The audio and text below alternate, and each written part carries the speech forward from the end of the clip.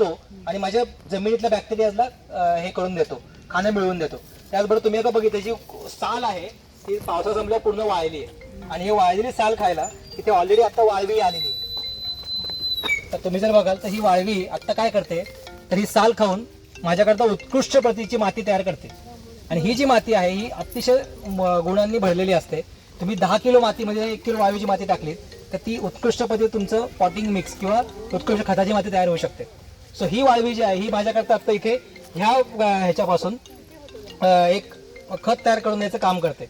आणि ह्यातून तुम्ही जर बघाल तर ह्या झाडापासून मला काय काय मिळतं आहे तर पक्ष्यांना शेंगा मिळत आहेत, मला फुलं मिळत आहेत, त्याच्याबरोबर हे वाळवीला खाद्य मिळतं आहे, बॅक्टेरियाला खाद्य मिळतं आहे. सो एक 3 वर्ष वयाचं झाड आज एवढ्या सगळ्या इकोसिस्टीमला आधार देते.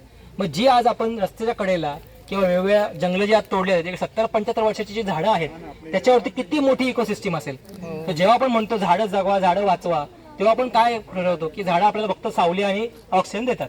पण मग एका झाडावरती जर एवढी मोठी इकोसिस्टीम असेल तर त्या मोठ्या झाडांवरती 75-100 झाडावरती किती हजारो पक्षी असतील, किती लाखो बॅक्टेरिया असतील आणि ते आपल्याला काय काय देत असेल.